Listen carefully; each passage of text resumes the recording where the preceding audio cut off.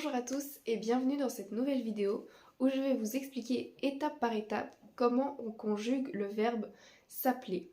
Ce verbe est très intéressant à analyser car c'est un verbe qu'on utilise souvent pour se présenter et ça c'est pour une prochaine vidéo. Donc le verbe s'appeler est un verbe pronominal et on le voit car il y a un se devant l'infinitif. Bien sûr, vu qu'il y a deux voyelles, se appeler ne se dit pas. On dit s'appeler, S apostrophe. Et ça veut dire llamarse en espagnol. Il y a une petite différence avec l'espagnol, c'est que le se met devant l'infinitif, alors qu'en espagnol, on le met derrière. Tout d'abord, on commence par mettre les pronoms sujets.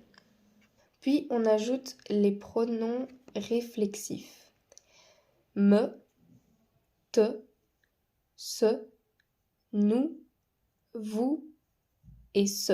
Et finalement, on met le verbe appeler derrière tout ça. Le problème, c'est que chez certains, cela ne va pas marcher.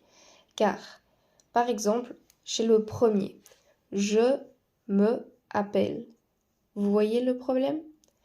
Et oui, il y a de nouveau deux voyelles qui se suivent. Donc, ce qu'on va faire, c'est on va enlever le E et on va mettre un apostrophe à la place. Je m'appelle. La même chose pour tu. Tu t'appelles. Il s'appelle et il au pluriel s'appelle. Et voilà la version définitive du verbe s'appeler. Par contre, dans tous les verbes, on voit deux P.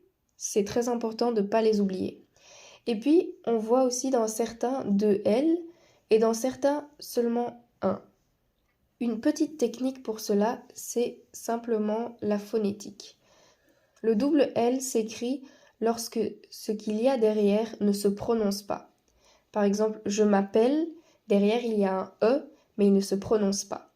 La même chose pour tu t'appelles, il s'appelle et il s'appelle. Par contre, pour nous nous appelons, on dit on à la fin. Et vous vous appelez et à la fin. Donc, on met qu'un seul L.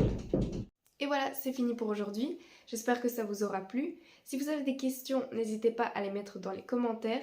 J'y répondrai avec plaisir. Et à la prochaine!